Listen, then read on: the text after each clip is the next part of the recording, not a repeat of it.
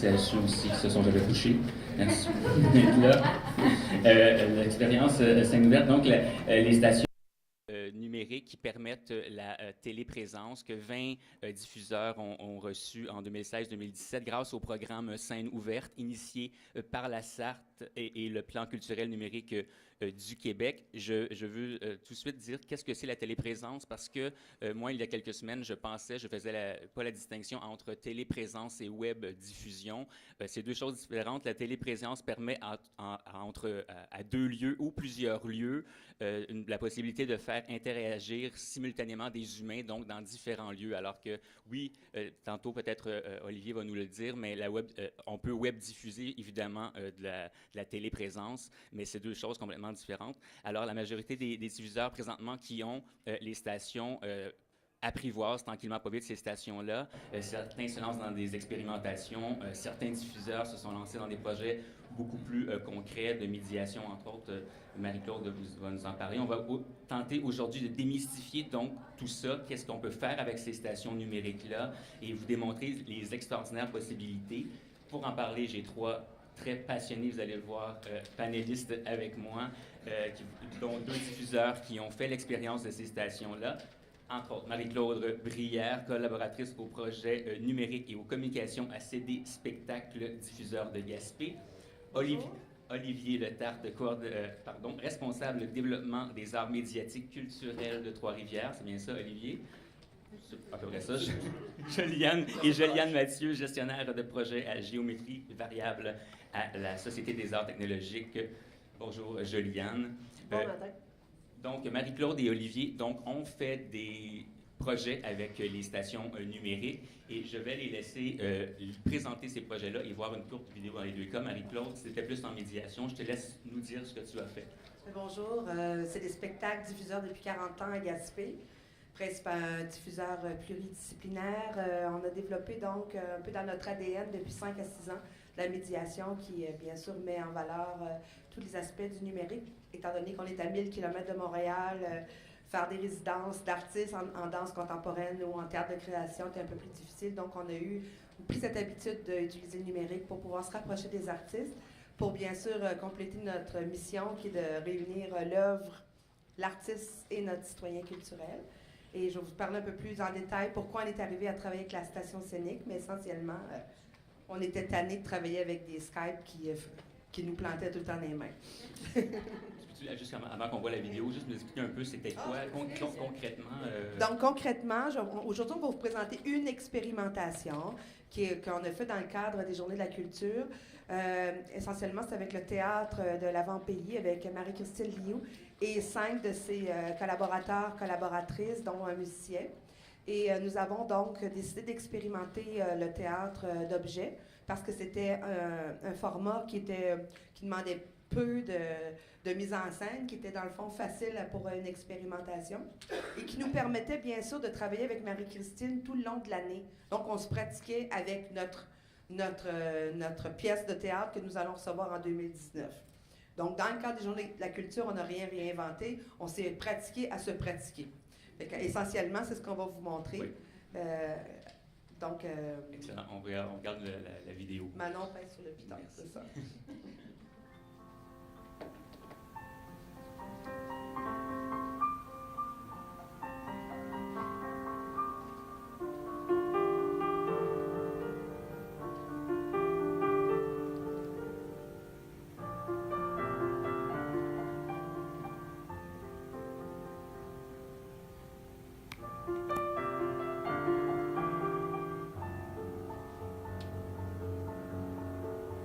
Nous avons la chance d'être accompagnés au piano en direct de Montréal. Et un des premiers exercices que nous faisons en équipe, après s'être pratiqué avec des objets, donc toujours la thématique du théâtre par objet, notre groupe à Montréal est en train de créer un tableau, c'est-à-dire une scène avec des objets, et on demande la même chose à Gaspé. Donc je vous présente la scène qui est en train de se créer à Gaspé.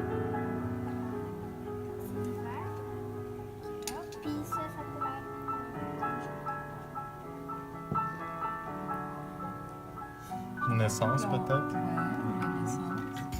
Oui, c'est la naissance.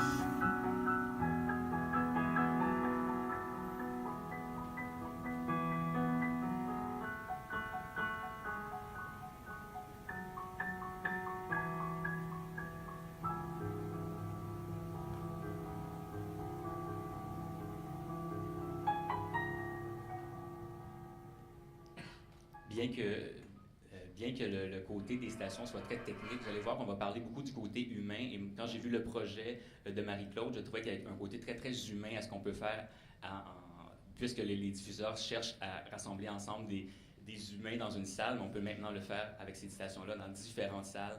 Donc ça, c'est un côté qui va revenir. Olivier, de son côté, est allé dans un côté beaucoup plus créatif avec le Centre d'art Jacques et Michel Auger de Victoriaville. Vous avez créé un projet ensemble. Je te laisse le décrire, Olivier. Oui, ben en fait, au départ, c'est la salle qui nous avait invités cet été pour une formation à la fois technique et artistique sur le potentiel de la station scénique et de la téléprésence. Et à cette cohorte-là, ben, il y avait Victo, les représentants de Victoriaville, du Carré 150 qui étaient là. Donc, déjà d'entrée de jeu cet été, on s'est lancé à se dire ça serait fun déjà de planifier une première création, une première expérimentation. Et il y avait déjà à l'horaire, à Victoriaville, une résidence de création pour la création d'une performance multidisciplinaire avec 2 artistes, Dany Levasseur et Isabelle Clermont.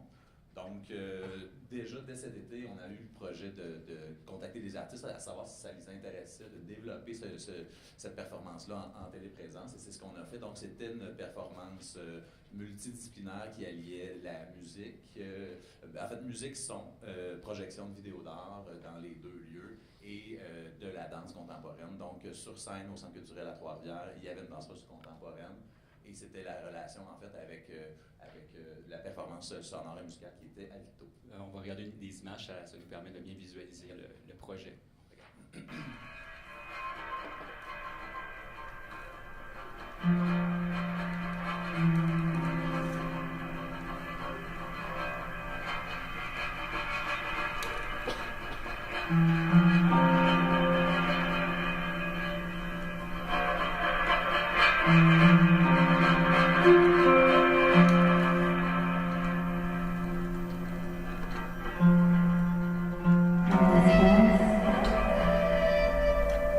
Des sens différents pour distinguer le domequinel du domequinal.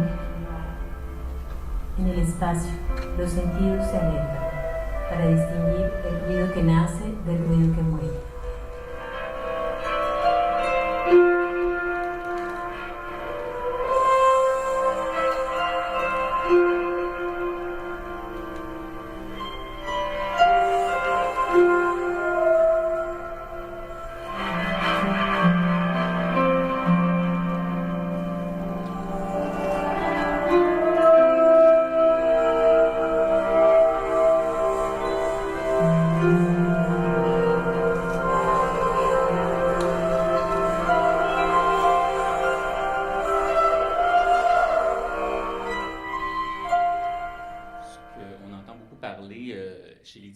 C'est qu'il y a beaucoup de diffuseurs qui se disent bon, on n'est pas des producteurs de contenu. Et je veux vous entendre sur ça parce que toi, Marie-Claude, en termes de médiation, tu as plus fait une création, mais je veux vous parler brièvement de ce côté-là, justement. Non, vous n'êtes pas des producteurs de contenu, mais jusqu'où vous pouvez aller dans ces zones-là là, par rapport. Ben, en fait, effectivement, on n'est pas des producteurs de contenu. De notre côté, on a quand même à Culture Trois-Rivières, en plus d'un mandat de diffuseur, un mandat de développement culturel. Donc, c'est certain qu'on est appelé aussi en dehors de la diffusion à créer des expériences, des activités, que ce soit de médiation culturelle, justement, d'activités de développement public, mais aussi à l'occasion de venir en soutien à la création. Et c'est dans ce créneau-là je pense que c'est nécessaire là, a fallu en tout cas s'impliquer dans le soutien à la création pour ce projet-là. De ton côté, Marie-Claude, c'est de la médiation. C'est sûr que bien, nous, notre mission, on a travaillé autour de la médiation, mais on peut aussi avoir un mandat à l'occasion de coproducteurs, ce qui peut arriver, là, parce qu'on reçoit déjà, nous, on a déjà donc travaillé à supporter, exemple, une résidence d'artistes avec Dave Saint-Pierre qui nous passait une semaine, qui a travaillé à développer, ou Katia Gagné qui danse sur les routes, qui ont fait du co-développement, de la coproduction, je m'excuse. Mais par rapport au contenu, justement, souvent les gens disent, écoute, on se ramasse avec une machine, on ne sait pas trop. Nous, notre mission, c'est de diffuser des spectacles. Là, on est rendu au bout presque à faire de la création. À faire de la création, ce qui n'est pas nécessairement les ressources humaines qu'on n'a pas nécessairement pour ça. Nous, on a vraiment décidé de focusser sur notre mission et de travailler à faire de la médiation. Et c'est là que Ça peut servir vraiment à aller c'est vraiment pousser le plus lien. loin. C'est le Ouais. lien. Pousser plus loin encore les expériences Ouais. justement de médiation Ouais. en allant dans Ouais. plusieurs salles à la fois. On n'a pas invité Joliane pour rien. Vous pensez qu'elle est là puis qu'elle nous regarde seulement? Non. Mais en fait, il y a l'aspect tout technique. Quand plusieurs salles reçoivent les stations puis se demandent quoi faire avec ça. Mais Joliane et son équipe de la SAT offrent un soutien. Et Joliane, justement, le soutien technique devait se terminer le 31 mars et est extensionné jusqu'au 31 décembre. Parle-nous du soutien que la SAT apporte aux diffuseurs. Bien, en fait, la première année pour nous, l'objectif, c'était vraiment de déployer l'équipement, donc de créer le réseau. C'est ce qu'on a fait avec les 20 salles qui sont maintenant équipées. On leur a offert une formation technique, donc pour leur démontrer comment utiliser la station et les rendre autonomes. Ce qu'on sait, c'est qu'avec Trois-Rivières et Victoriaville, le projet qu'ils ont fait, ils l'ont fait sans notre aide. Donc pour nous, c'était une grande fierté de voir qu'ils étaient indépendants et capables de l'opérer sans vraiment avoir à nous appeler.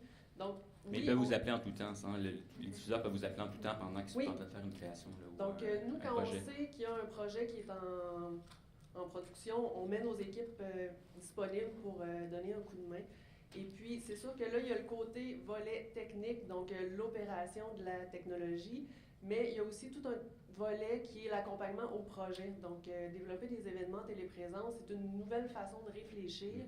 Puis, nous, on est vraiment à la disposition des diffuseurs pour les accompagner dans ce soutien-là. Juste pour revenir à ta question par rapport au fait que les diffuseurs ne sont pas nécessairement les producteurs, Oui. J'aimerais juste ajouter que nous, quand on a fait l'appel pour savoir qui voulait embarquer dans le projet, c'est sûr que nous, on était conscients de ça. Puis, ce qui est important, c'est de penser qu'il faut, dans le fond, inviter les organismes régionaux à s'impliquer dans ce projet-là, puis mettre la station dans les mains des créateurs. Je veux parler justement, on continue sur l'aspect technique parce que encore là, même s'il y a cet appui-là de la SAT, certains diffuseurs ont un peu peur de tout ça, malgré les formations qui ont été données. Comment ça a été, chacun, pour vous, le côté technique de tout ça? Olivier, en premier, tiens. Le côté technique, en fait, je pense que le plus grand défi n'était pas de faire fonctionner la station en elle-même. Ça, c'est simple. Oui, c'est assez simple. C'est des entrées-sorties. Je veux dire, tu assignes des entrées et sorties audio-vidéo. Le plus grand défi, ça a été pendant les quelques jours qui ont précédé la diffusion, on était donc en expérimentation, en exploration. Et c'est là où l'équipe technique qui est en place a dû travailler différemment. Je pense que le défi était là, c'est de les amener à plus d'ouverture, puis à réfléchir la position des caméras. À réfléchir, parce qu'effectivement, les plus grands défis sont en scénarisation. En fait, c'est comment est-ce qu'on scénarise un événement en téléprésence. Et là, ben, c'est là où on a besoin de l'aide de l'équipe technique parce qu'il y a de l'essai-erreur aussi. Ouais. Parce que tu plantes une caméra là, mais de l'autre côté, qu'est-ce qui se passe? La projection, elle est de l'autre côté. T'sais. Donc là, il y a la communication entre les équipes. De ton côté, vous connaissiez les deux salles, tu savais que ça avait l'air de l'autre côté, ou ça peut être aussi un enjeu, c'est de ne pas savoir comment c'est fait de l'autre côté? Bien, aussi. Au départ, la proximité aussi entre Trois-Rivières et Victoriaville a aidé dans ce cas-ci. Pour une première expérimentation, on a choisi de se déplacer, d'aller voir la salle à Victo. Puis eux sont venus de notre côté aussi pour qu'on puisse avoir une bonne idée des deux espaces puis de la scénographie qui est possible. Parce que dans ce projet-là, ben, c'est vraiment deux scénographies qui étaient parallèles, qui se répondaient en fait. Donc c'est important de savoir un peu connaître le terrain de jeu de l'autre. De ton côté, Marie-Claude? Nous, de notre côté, la scénographie, oui. Mais on travaillait plus au travers d'une œuvre, donc avec des experts qui venaient nous enseigner à animer des objets. Donc, il y avait des professionnels du théâtre qui venaient nous montrer comment faire parler des maisons, des objets. Puis après ça, nous, on pouvait interagir. On le fait ensemble avec ou sans musique, avec ou sans parole. Donc, le plus grand défi technique qu'on a eu, nous, je pense, c'est un côté culturel. Vous connaissez le profil d'un directeur technique d'une salle de spectacle, ça fait des années qu'il a une expérience. Comme chargé de projet, je ne peux pas arriver trop et lui dire quoi faire aussi. Il y a comme une espèce de délicatesse à prendre. Donc, c'est un grand travail de ressources humaines parce que nos techniciens, ils savent comment ça marche, mais dans le fond, ils ne savaient pas. Mais il ne faut pas leur dire. Fait que là, puis là, on vient jouer chez eux, puis ils sont habitués d'avoir un pacing avec des cues que tu mets telle lumière, telle affaire. Puis moi, j'arrive en création, puis en lui disant, écoute, on va éclairer la table. Puis il dit, ouais, mais là, tu veux quelle intensité? Mets-moi un X à la table. Je suis là, ben, je peux-tu mettre 3X? Parce que je sais pas trop où je vais mettre ma table encore. Fait que ça l'a demandé de travailler entre une rigidité qui était plus habituelle, d'amener nos techniciens à basculer vers un mode de création. C'était extrêmement formateur pour tout le monde, hein, puis, mais ça demandait ça va nous demander 2-3 fois, là. Puis moi, j'appelle ça du crabe, là, tu le pognes de côté, puis... mais à partir du moment où ils ont saisi... Des différences de culture, oui. À partir du moment où ils saisissent qu'on est vraiment en exploration, puis qu'ils ont un rôle à jouer dans ça, ils embarquent, puis après ça, mais je pense qu'il y a du travail à faire en amont, avant d'arriver sur place, puis d'expérimenter. Puis dans tous ces projets-là qui se développent tranquillement pas vite, Joliane, toi, tu dis que c'est important que les gens vous disent qu'est-ce qui se passe au fur et à mesure pour que vous voyez les problématiques qui arrivent durant ces processus-là de projet. Bien, en fait, c'est sûr que nous, de notre côté, notre rôle, c'est d'accompagner les diffuseurs. Donc, on a besoin de comprendre c'est quoi leur réalité, puis ce qu'ils vivent. Puis quand Olivier, on a discuté de leur projet, nous, on apprend énormément de leurs expériences. Puis, ce qu'on est en train de faire présentement, c'est vraiment de réfléchir à comment on va les accompagner dans la prochaine année pour qu'on réussisse à développer ensemble un processus qu'on va tous connaître, puis qui va nous permettre de diminuer les frustrations qu'on a en cours de création, étant donné que c'est une nouvelle façon de réfléchir, la téléprésence, et c'est quand même particulier. Nous, la SAT, on est là, on a une équipe qui est dédiée à faire la téléprésence. Donc souvent, les diffuseurs, quand ils ont une idée de projet, leur premier réflexe, c'est de nous appeler pour savoir si on est disponible pour faire le projet avec eux. Donc évidemment, on est là, on se prête au jeu, mais on se rend compte que c'est quand même particulier d'être là, t'es seul dans ton lieu, puis t'as une autre équipe qui est de l'autre côté. Tu sais absolument pas qu'est-ce qu'ils font. Donc, c'est un gros enjeu de communication. Comment est-ce que tu fais en sorte pour que tes deux équipes qui ne se voient pas travaillent entre elles? Donc, on parlait souvent du fait que de ton côté, tu es en train de travailler, tu fais ta préparation, puis tu es en attente de l'équipe technique de l'autre côté qui n'est pas prête. Donc, pendant ce temps-là, toi, tu attends, mais là, comment tu fais pour les inciter à arriver plus vite? Oui. On se rend compte, vous vous êtes rendu compte aussi, Marie-Claude et Olivier, que ces stations-là ont un potentiel immense, mais en même temps, ça demande du temps de gestion, de coordination, des investissements de temps, mais également d'argent. Ça s'est traduit comment chez vous, Marie-Claude? Essentiellement, nous, on a fait un choix avec ACT Spectacle d'investir. Donc, c'est-à-dire que notre plateforme pilote des Journées de la culture a peut-être coûté, là, je n'ai pas exactement les chiffres, là, c'est notre DG qui a ça, mais c'est peut-être 2-3 000 que, dans le fond, il y a un 600 qui a été financé par la Ville dans le cadre des Journées de la culture, mais le reste, c'est de l'investissement qu'on a pris parce que c'est du temps de technicien, puis c'est du temps du temps à moi, du temps de salle, du temps qu'on a pris, mais je veux dire, c'est tellement...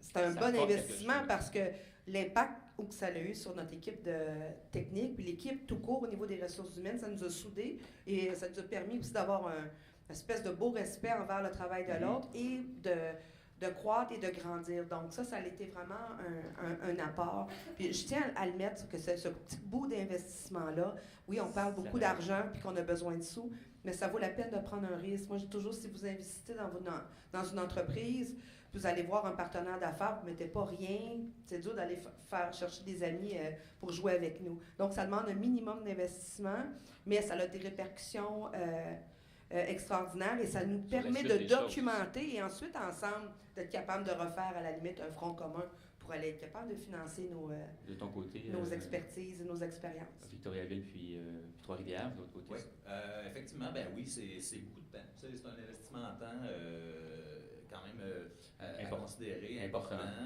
Ça demande effectivement des ressources techniques parce que on est dans l'exploration, on est dans l'expérimentation, il n'y a pas encore de façon de faire. Clairement, on parle de dégager des processus qui sont de bonnes pratiques, mais présentement, on est à explorer avec ce nouvel outil-là. Donc, effectivement, il faut prévoir qu'il y a du temps à mettre. Tu as déposé un projet. Je vais peut-être t'en parler rapidement du projet que tu as déposé. Oui, juste avant les fêtes, nous, c'est le bureau régional Mauricie, Centre du Québec, qui avait lancé un appel de projet en lien avec le numérique. Donc, c'est encore une fois avec le carré 150, plus précisément la galerie du carré 150, le centre d'art Jacques-Michel Auger, avec qui j'ai fait le projet des offrandes. On a déposé donc une demande pour une journée de formation en téléprésence, à la fois en fait pour inviter les artistes, parce que je pense que le plus rapidement on peut mettre cet outil-là, cette technologie-là entre les mains de créateurs, je pense que la clé, elle est en partie là. Donc, pour une journée de formation technique, mais aussi scénaristique avec non seulement des passionnés numériques, mais des gens qui font de la scénarisation, suivi après ça d'un appel de projet régional pour ensuite de ça une résidence de création d'une semaine dans les 2 lieux, suivi d'une diffusion. Donc on a déposé ça là, début janvier. Et un diffuseur qui voudrait faire un projet, qui commence un projet, la SAT est là, mais aussi il y a d'autres outils qui ont été développés tranquillement, dont un Facebook et un Trello. J'aimerais vous entendre là-dessus parce que comme ça, si les gens partent, ils savent qu'ils ont accès à d'autres personnes qui ont utilisé la station, donc avoir des informations. C'est le réseau, moi je dis toujours c'est juste une machine, là. Ça, à quelque part, ça n'enlèvera jamais notre capacité ou notre intérêt ou notre mission de joindre l'œuvre, l'artiste et notre citoyen culturel. Maintenant, comment on le fait? Si on décide, nous en ce moment, on a un nouveau projet avec Alma, puis avec des maternelles, puis des marionnettes. Je ne sais pas encore comment je vais le placer, mais je sais que je vais baisser mes caméras, on va faire jouer nos maternelles ensemble, puis on va avoir une interaction avec des marionnettes, puis on va l'inventer, là, à la hauteur d'hommes et de femmes qu'on est, hauteur de temps, hauteur de budget, puis on va jouer ensemble. Ça n'empêchera jamais que c'est une machine qui permet de couper les distances. C'est ça de la téléprésence. Et nous, on est vraiment heureux, étant donné que, vous savez, Gaspé, ça vient de Gaspeg, en Micmac, qui veut dire la fin des terres. Hein? On est au bout du monde. C'est un peu notre branding. À un moment donné, à tous les jours, on a besoin d'être prêts, nous, des créateurs, d'avoir facilement accès. Puis la téléprésence, nous, c'est comme un vent de renouveau, mais ça n'empêchera jamais la part des artistes, les communications qu'on doit mettre entre nous. Ça reste que c'est une machine. Puis ensemble, on a plusieurs outils. Puis moi, on met tout le monde qui fait toutes les personnes qui font des projets, on met nos trucs en commun, là.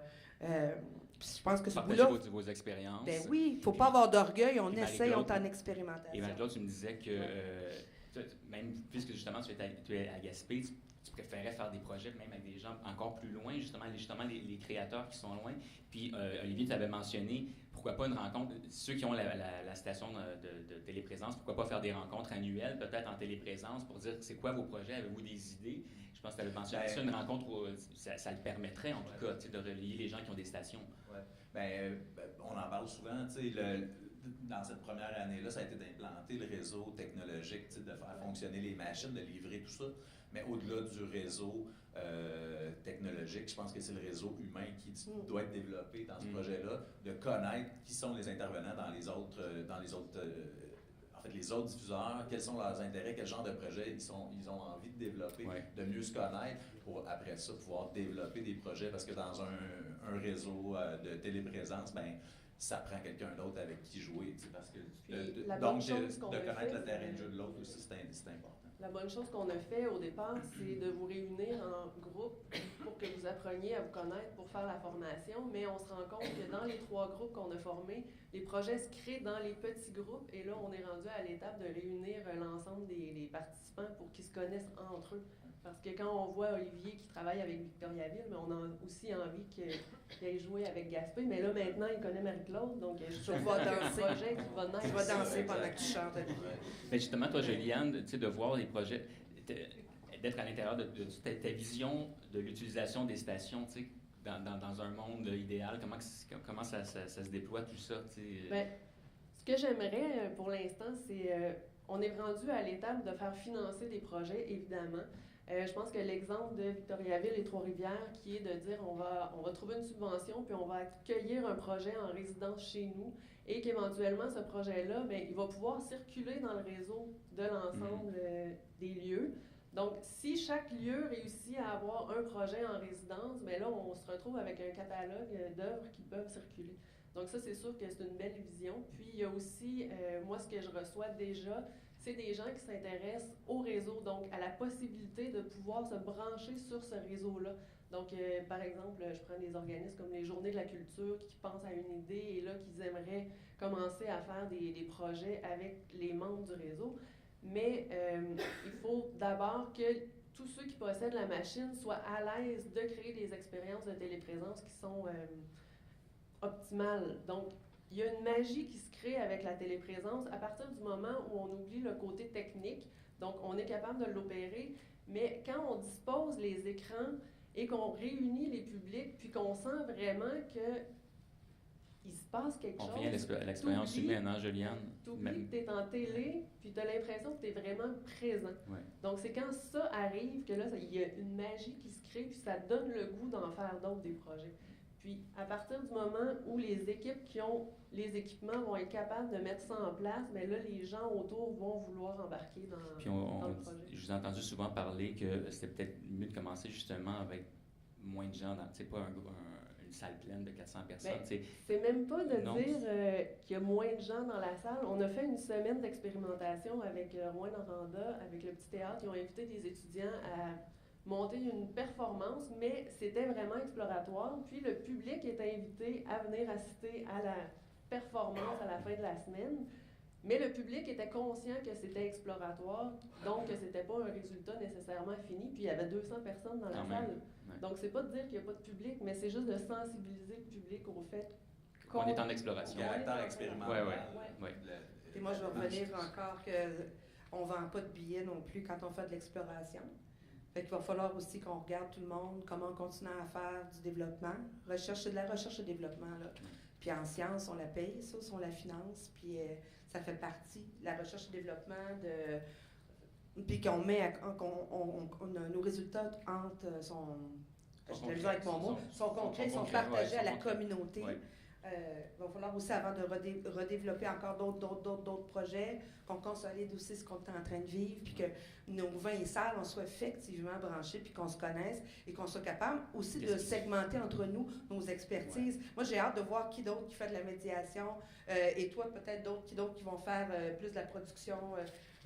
On ne se connaît pas encore, donc il va falloir vraiment qu'on fasse fleurir. Puis ceux qui sont plus hésitants, ben, qu'on les prenne peut-être, qu'il y ait un peu de mentorat ou qu'on les prenne sous nos ailes, puis un mentorat par les pairs, un tutorat par les pairs. Ça reste à voir, mais moi, je pense que ça reste que c'est des machines, puis que nous, on est là pour diffuser puis jouer avec ça. Puis c'est ensemble qu'on va devenir plus fort, puis qu'on va être capable de voir comment on fait de l'expérimentation pour le mieux-être de nos missions, de notre milieu. Je vous avais dit qu'ils étaient passionnés. Oui, puis il met la main des fois juste pour que j'arrête un peu. On a notre truc. Une petite période de questions. Si vous avez des questions, on aurait peut-être le temps pour 2 questions. Oui, allez-y, monsieur. Oui, vous avez peu parlé des artistes qui se sont prêtés à l'expérience. Oui. Vous en parlez beaucoup comme étant la matière. Oui. Pouvez-vous nous dire brièvement quelle a été leur contribution, leur satisfaction, leur difficulté dans ce processus? Bien, pour notre expérience, comme je vous ai mentionné, on a travaillé avec le Théâtre de l'Avant-Pays, avec l'équipe de Marie-Christine Liot, qui sont payés, qui ont des cachets aussi quand ils viennent travailler avec nous. Et c'est à la demande aussi de Marie-Christine. Nous, on a été honorés d'avoir son équipe, est arrivée avec le musicien, elles sont arrivées avec leur marionnettiste. Et eux aussi avaient un grand désir d'expérimenter pour voir que dans leur pratique, comment ils peuvent intégrer aussi des réflexes de téléprésence, parce qu'ils sont en train de produire un nouveau spectacle qui s'appelle « Fils de quoi?», qui parle beaucoup du rapport entre un immigrant, un fils immigrant avec un jeune homme avec son père immigrant. Donc, cette conversation-là est déjà présente au travers du Théâtre de l'Objet. Et eux avaient soif de vivre l'expérience avec nous aussi. Donc, ça s'est vraiment fait dans les deux sens. C'était vraiment agréable. Ton côté aussi, Olivier? Puis mentionner aussi que nos artistes sont payés puis ils font partie du projet intégralement. Oui, bien en fait, comme je disais au départ, pour eux, c'était un spectacle qui devait être présenté uniquement à Victoriaville devant le public suite à une résidence de création. Donc, il y a une grande part de la création qui était qu'ils ont consacré, disons, à la performance, vraiment à la création du spectacle. Puis l'aspect de téléprésence, je pense qu'ils l'ont sous-estimé en fait, le défi et le potentiel aussi. Puis à la toute fin, on aurait eu besoin de plus de temps pour explorer davantage la téléprésence. Parce qu'on a aimé la matière que ça apporte. Oui, c'est ça. Oui, exactement. Puis, tu sais, à la fin de la soirée, on a tourné les caméras vers le public. Puis là, le public s'est vu, tu sais. Puis moi, j'ai eu beaucoup de commentaires de gens qui ont fait comme « Hey, là, on a pogné de quoi? » Tu sais, parce que là, on voyait vraiment, on le sentait, qu'on était en relation avec. Et je pense que la rencontre des publics, c'est aussi une clé vraiment intéressante en téléprésence. De quelle façon, au-delà de l'effet wow, parce que là, c'est sûr que les premières expériences, l'effet wow, d'être ensemble, là, tu es comme, OK, il y a quelque chose de fébrile, mais une fois qu'on a dépassé ça, qu'est-ce qu'on fait maintenant avec ça? Ouais. Puis là, encore une fois, c'est là, je pense que c'est les artistes qui, par la création, par la recherche, l'expérimentation, qu'est-ce qu'on peut faire d'intéressant avec la téléprésence, de quelle façon on peut faire vivre quelque chose au public. Et faire vivre des émotions, c'est ça aussi. Moi, je pourrais peut-être ajouter, dans la semaine qu'on a fait avec Rouen Noranda, on a invité un artiste à Montréal qui jouait de la musique et qui interagissait avec des artistes de Rouen. Puis la semaine d'exploration a été, je dirais, assez intense pour l'artiste parce que c'était tout sauf idéal. Donc, à la fin de la semaine, quand je lui ai demandé comment as-tu trouvé ton expérience, il me dit, ben, c'était pas facile, mais j'ai hâte de recommencer. Parce que lui, il est originaire de Rouen.